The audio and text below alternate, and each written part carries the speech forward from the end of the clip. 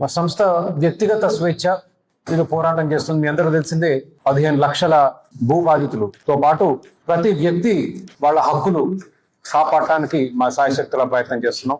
Jethwani case అనేది ఒక ముంబైలో ఉన్న నటి ఒక డాక్టర్ కేసు అయినప్పటికీ శక్తిహీనులు, సమాజంలో పరపతి లేని వాళ్ళ ప్రభుత్వాలు ఏ విధంగా వాళ్ళ మీద కేసులు పెట్టి వాళ్ళ హక్కుల్ని కాలు రాస్తాయనటానికి ఇది చాలా మంచి ఉదాహరణ. ఏ వెంకటేశ్వర గారు చెప్పారు, but quickly I will summarise. వీడి మీద అభియోగం ఏంటంటే ఇక్కడ ఒక ల్యాండ్ ట్రాన్సాక్షన్ ఇల్లీగల్ గా వేరే వాళ్ళ ఆస్తి ఒక 5 ఎకరాల భూమి ఇంకొకరికి అమ్మిందని. ముంబైలో ఉన్న ఒక నటి విజయవాడలో ఇబ్రహీంపట్నంలో 5 ఎకరాల భూమి ఎవరికి అమ్మిందని ఆమె మీద అభియోగం మోపారు. ఇందా చెప్పినట్లు ఆవిడ మహారాష్ట్రలో ఏదో కేసు ఫైల్ చేసి జిందల్ గారి మీద. ఇక్కడి నుంచి ఐపీఎస్ అధికారులు వెళ్ళారు ముంబైకి.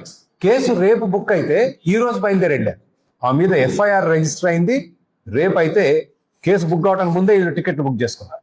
దాంతోపాటు ఆవిడ భూమి అమ్మినట్లు ఏదైతే కాగితాలు చూపించారో ఆ 5 ఎకరాల భూమి 2018లో అమ్మినట్లుంటే ఆ స్టాంప్ పేపర్ మీద ₹100 స్టాంప్ పేపర్ మీద 2023 తారీఖు అంటే ఫ్యాబ్రికేటెడ్.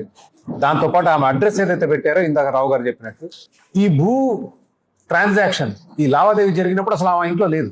ఇప్పుడున్న ఇంటి అడ్రస్ అప్పుడు పెట్టారు. సో మొత్తం కేసే ఫ్యాబ్రికేటెడ్ కేసు. ఇది ప్రభుత్వాలు మారి బయటకు రాగానే బయటకు వచ్చింది. దీని మీద వార్తాపత్రికలు పుంకాలుగా రాశాయి. ఇవాళ మళ్ళీ ఆవిడని దోషిగా కోర్టులో నిలబెట్టారు. ఒక ఐపీఎస్ అధికారి ఈ కేసులో జైలుకి వెళ్ళాడు. ఎందుకు వెళ్ళాడు? ఏమని పెట్టారు ఐపీఎస్ అధికారి మీద? దొంగ డాక్యుమెంట్లు సృష్టించారు.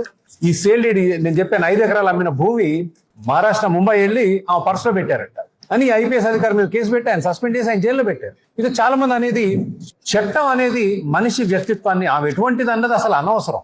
మీరు మంచోళ్ళ చెడ్డోళ్ళ కాదు, మీరు నేరం చేశారా లేదా అన్నది చట్ట బాధ్యత. ఇవాళ అధికారంలో ఉన్నవాళ్ళు, పరపతి ఉన్నవాళ్ళు చట్టాన్ని తమకు అనుకూలంగా మలుచుకోవడంలో సఫలీకృతం అవుతున్నారు. ఇది సమాజానికి చాలా హాని చేస్తుంది. కాకపోతే చివరిగా ముగించమని ఒకటే చెప్తాను. చాలా మంది వాదించేది ఏంటంటే పెద్ద వ్యాపారస్తులు మన రాష్ట్రానికి ఎనలేని మేలు జరుగుతుంది, కడపలో ఉక్కు ఫ్యాక్టరీ వస్తుంది అని కొంత దాన్ని సమర్థించే ప్రయత్నం చేస్తున్నారు. కానీ ఈ విధంగా మనం పెద్దవాళ్ళకి చట్టాలు, చిన్నవాళ్ళకి వేరే చట్టాలు చేస్తూ బలహీనుల్ని ఈ విధంగా వేధిస్తే, రాజ్యాంగాన్ని ఉల్లంఘిస్తూ, చట్టాన్ని ఉల్లంఘిస్తూ ఇది చాలా సమస్యలకు దారితీస్తుంది. అయినా కూడా ఏ పెద్ద వ్యాపారస్తుడి వాళ్ళు, ఏ పెద్ద సంస్థ నిజాయితీగా తమ సొంత పెట్టుబడితో వ్యాపారాలు చేస్తున్నారు. ఇక్కడ జిందల్ గారు కడపలో పెట్టిన ఫ్యాక్టరీ 4,500 కోట్ల పెట్టుబడి అయితే ప్రభుత్వం 50% సబ్సిడీ ఇస్తుంది. 50% క్యాపిటల్ సబ్సిడీ క్యాష్ ఇస్తున్నారు. 600 కోట్ల రూపాయల క్యాష్ ఇస్తున్నారు. 1000 కోట్ల రూపాయల కరెంట్ ఇస్తున్నారు ఉచితంగా. డీకార్పొరేషన్ ఇంకో 150 కోట్లు ఇస్తున్నారు. ఆయన ఫ్యాక్టరీకి 15 కిలోమీటర్ల రోడ్ వేస్తున్నారు, 12 కిలోమీటర్ల రైల్ లైన్ వేస్తున్నారు. ఏంటి అంత ప్రజల పన్నుల డబ్బుతో. దాంతోపాటు 2 టీఎంసీల నీళ్లు కడప నగరం పక్కనే గండికోట అనే ఒక మహా రిజర్వాయర్ ఉంటే దాని నుంచి రైతులకు ఈ రోజుకి ఒక్క ఎకరానికి నీళ్లు ఇవ్వట్లేదు. నిండు కుండలా ఉంటుంది రిజర్వాయర్. ఎందుకంటే రిజర్వాయర్ కట్టి ఆ డ్యామ్ కడితే డబ్బులు వస్తాయి, కాలువలు కడితే డబ్బులు రావు. 2 టీఎంసీలు ఈరోజు ఈ జిందల్ కార్పొరేషన్కి ఇస్తున్నారు. ఏది లిఫ్ట్ చేసి. మరి ఇంత చేస్తే ఈ అద్భుతమైన ఉక్కు ఫ్యాక్టరీ వస్తుంది. ఎంతమందికి వస్తాయి ఉద్యోగాలు? 1,000 మందికి అంట. 2 టీఎంసీలతోటి మీరు 20,000 ఎకరాలు సాగు చేస్తే 10 నుంచి 15,000 మందికి ఉపాధి లభిస్తుంది. కాబట్టి ఎవరు మనకేమీ మెహర్బానీ చేయట్లేదు.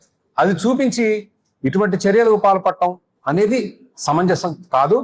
దీని మీద ప్రజలు కూడా దృష్టి పెట్టాలి. ఏ విధంగా అయితే ఈ కేసు మార్పు ఏ విధంగా వచ్చిందో అందరూ ఆలోచించాల్సిన విషయం. చట్టం అనేది బలవంతుల చేతుల్లో, అధికారం ఉన్న వాళ్ళ చేతుల్లో కీలుబొమ్మగా మారితే సమాజానికి ఎనలేని ప్రమాదం. Thank you.